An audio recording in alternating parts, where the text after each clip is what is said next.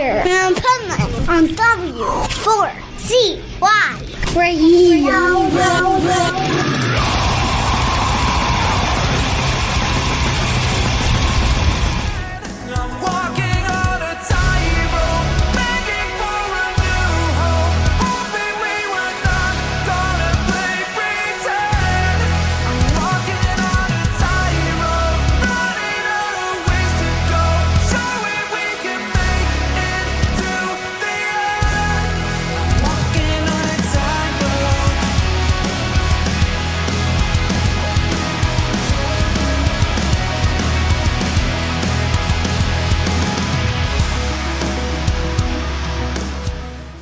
This is the Pipeman here on the Adventures of Pipeman W4CY Radio, and I'm going across the pond tomorrow, but now we're talking across the pond because I want to find out what the weather's like so I know how to pack for tomorrow, because I think I have like 4 suitcases just for the UK alone for the different weather I'm going to experience all day long every day.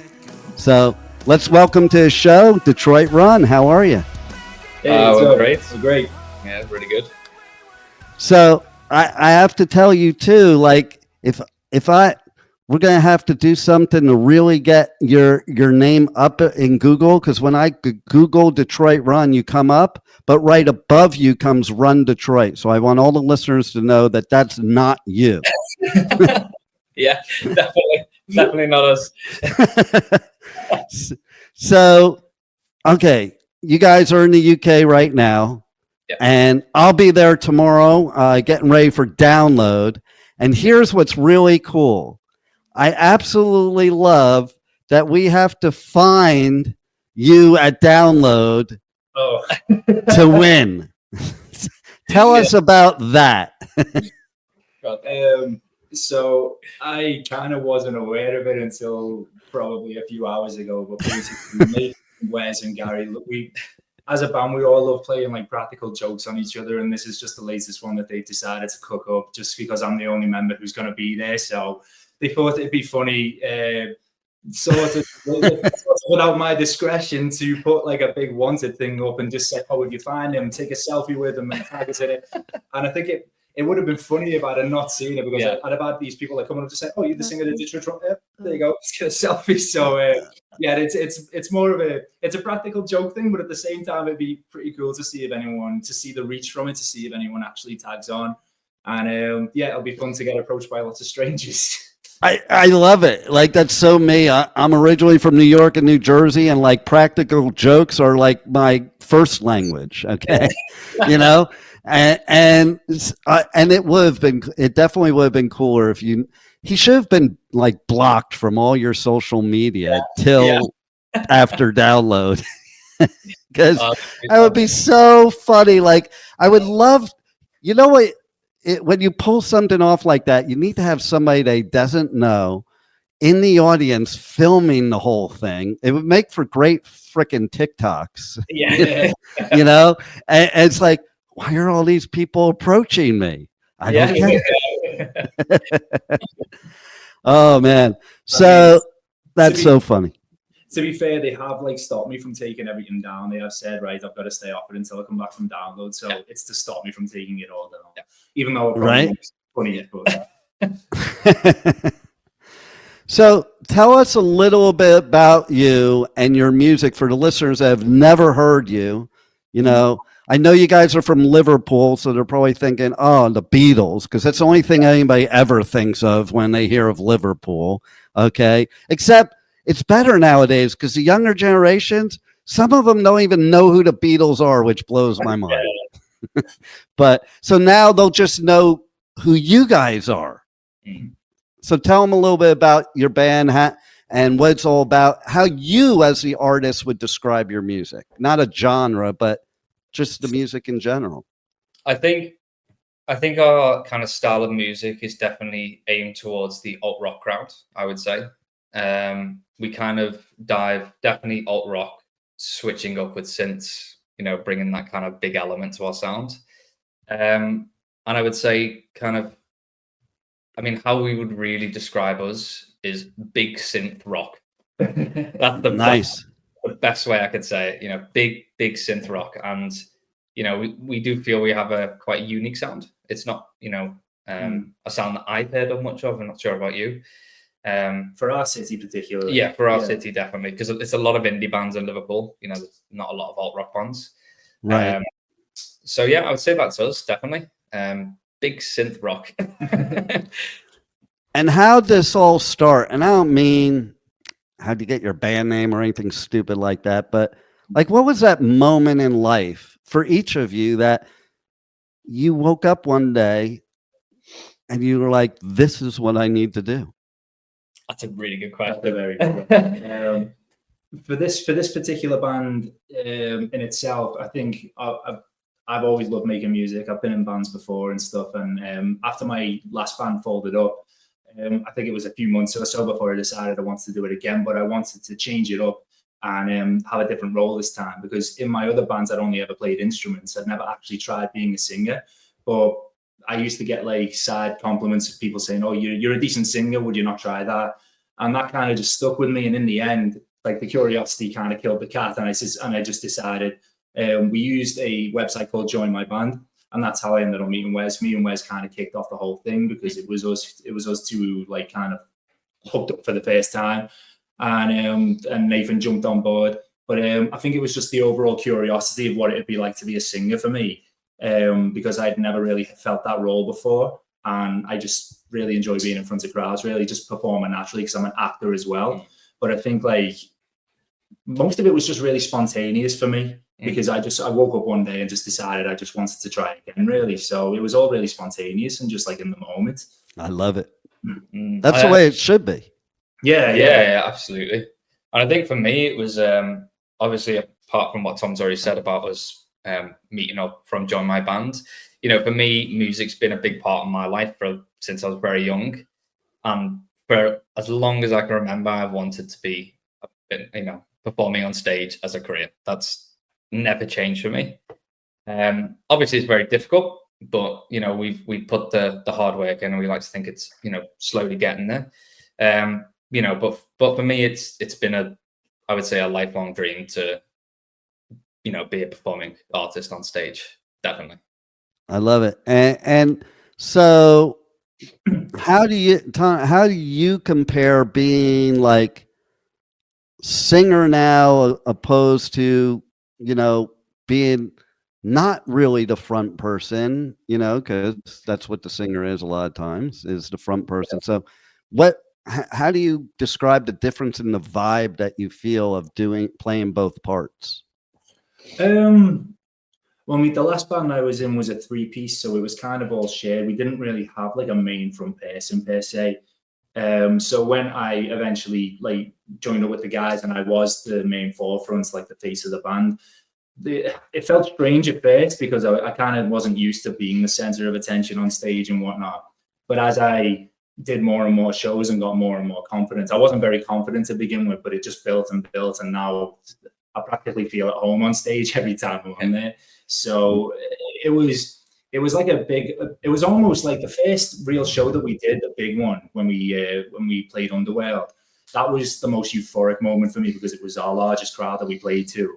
And I kind of felt more like a front person on that night, because the crowd was just into everything we did. And to know that I could work with a crowd that way, control the crowd like that, and feel totally confident in my own ability, I guess it was a shock, but also a big, massive boost of self-esteem, really. So I think the overall feeling was just euphoric. I loved every second of it. And you know what? It's funny, because you guys are saying this stuff, and I'm thinking of James and Lars. You know, you're like 2025, Join My Band. They didn't have that in 1981, you know, but it was like Lars put out an ad in the Classified that James answered to, and James was not a front person. Like, basically, a lot of times when Mustaine was in the band, he would like be more in the background, because he didn't have that front person thing. And it's like he was forced to be a front person once they got rid of Mustaine. And now he's like one of the most well-known, like, relatable front people of all of rock, in my opinion, from somebody that didn't want it. As a matter of fact, I don't know if you know this, but he was originally going to step back from singing and just work on guitar, while John Bush of Armored Saint, they wanted him to come sing for them. And Bush turned them down. So Hetfield had to keep singing. Oh. I mean, I guess it's like commendable when you've wouldn't say backed into a corner, but when you just like, you've got all that pressure on, you've got to take that stance and you still manage to do it. I'd say that says a lot about the person. Yeah, definitely. Well.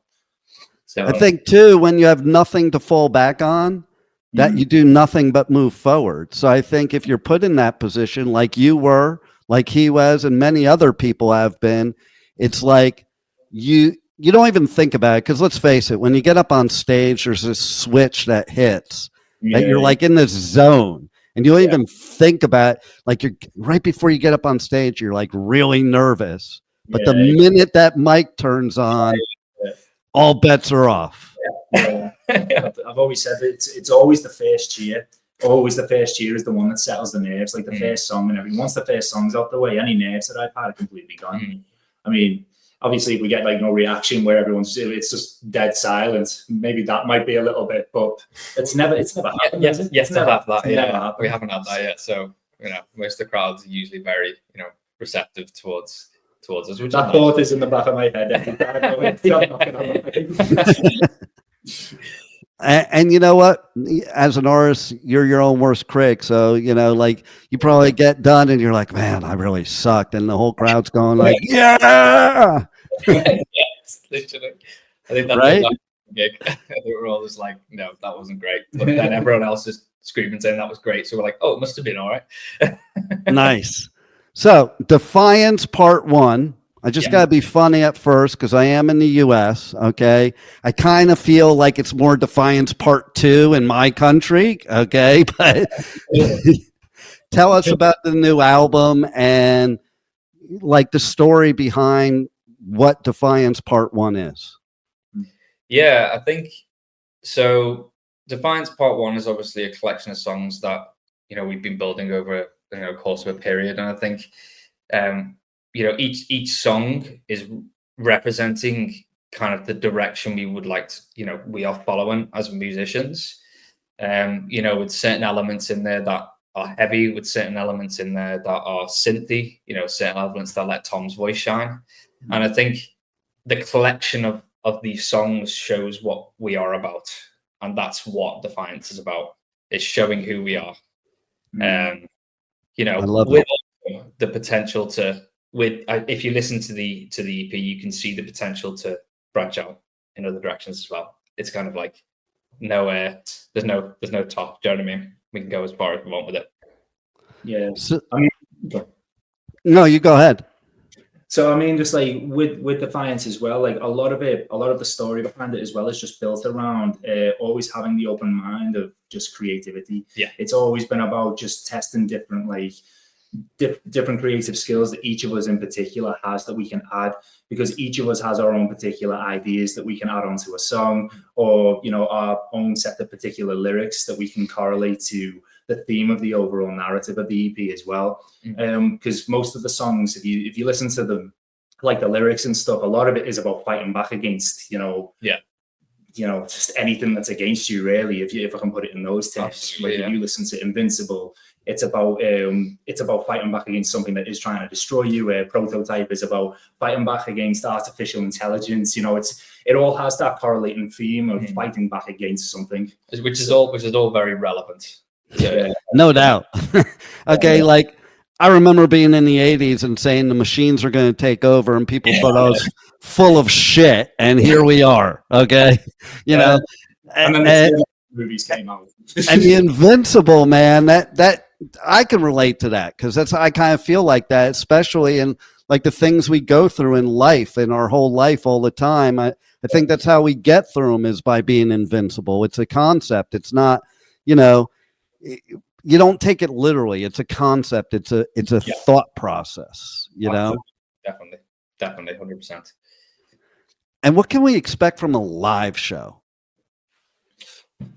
I mean, considering a lot of things that we've heard, like the one thing that we've always heard from every show we've ever played is that like our stage presence is really good. Apparently, like, you know, I don't know where I get the energy from, but when I don't know where it gets like from. I'll go on there and I'll feel absolutely drained, but as soon as I'm on stage, it's like you said, the switch just flicks, and then I've got all this energy from somewhere. I don't know where, but I've got it.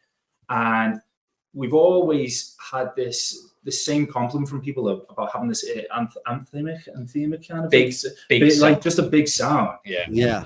And, you know, The big arena sound. Yeah, like just our aesthetic in general, just everything from our sound to our instruments to how I sing to everything. Everything seems very well balanced. Yeah. In how everyone feeds back to us or reviews us or anything like that. No, obviously our live shows, you know, a lot of work goes into our live shows. You know, we spend a lot of hours putting together, you know, different things that are going to make us sound the way we want to sound live. And with all that hard work behind the scenes, you know, we get a really good show out of it. And I think, you know, without the hard work of every member of the band, our live shows just wouldn't be as good. So it's definitely we love performing live, and we think we sound okay live.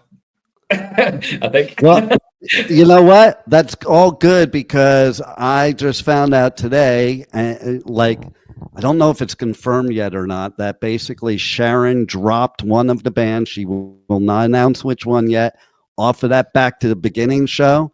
So I'm just putting it out there to Sharon that you guys should be the replacement. Oh. Get me on there, man. I'll do it. Yeah. She won't have to pay any travel expenses. You know, you're right there. Right? You don't have to play like a Slayer fee or anything. And everybody, they're just going to be talking about Detroit Run after that whole thing. Like, they won't even be talking about Ozzy, because you guys will just steal the whole show. We hope. Do I want to steal the show from Ozzy, though? Yeah, I know that's a rough one, right? Yeah. You know, I can't steal the show from him on his last time. I know, right? Well, he could just come sit on his throne during your set. I can live with that. Right? There you go. We'll put that out there. And in the meantime, if Sharon's running around like Download this weekend and she wants to take a selfie with Tom, okay, so what band are you most likely to be at their set at Download this weekend?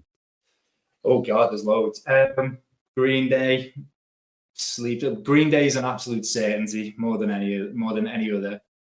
Green Day, Sleep Token, Korn, Spirit Box, Whitechapel, Don Broco, Steel Panther, but they do class with Korn, so I'm going to. So basically everybody. Yeah, basically everybody. Like, this is probably one of the best lineups I've ever seen. So it is a great lineup. I'm looking forward to it, and we'll have to like find each other at Download and take a selfie.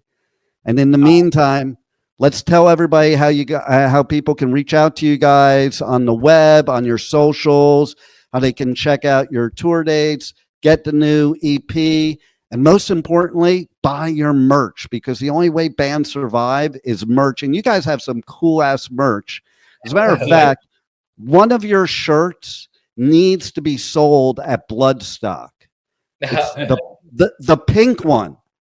With the metal font. Yeah, that would be perfect for Bloodstock, for the Sophie Lancaster Foundation. Yeah. Oh, that would be good. Yeah. Right. There you go. So tell everybody how they can check all that stuff out. So you can obviously catch us on all socials. It's at Detroit Run Band. And then you can also catch us on our website as well, which details any upcoming shows, the EP, any videos, you know, any kind of just general news. Yeah, it's just www.detroitrun.co.uk. Yeah. And so you can catch us on all that, and obviously on Instagram, Facebook, Twitter, all of the above. Yeah. All of the handles are the same. It's at Detroit Run Band. All of it's there. TikTok as well. And see, now, you know what, too? I think you should do some kind of like bit. You want to talk about practical jokes? Now you could do a bit where you guys are going to do a Detroit tour, like only in Detroit, Michigan, because it'll be your Detroit run. It'll be the Detroit run. Yeah, exactly. Oh man. All right, guys. Well, you guys rock. Your music is badass. Everybody's got to check it out, or else they're not allowed to listen to my show anymore. And thanks a lot for being on the Adventures of Pipeman. Thank you. Thank you for having us.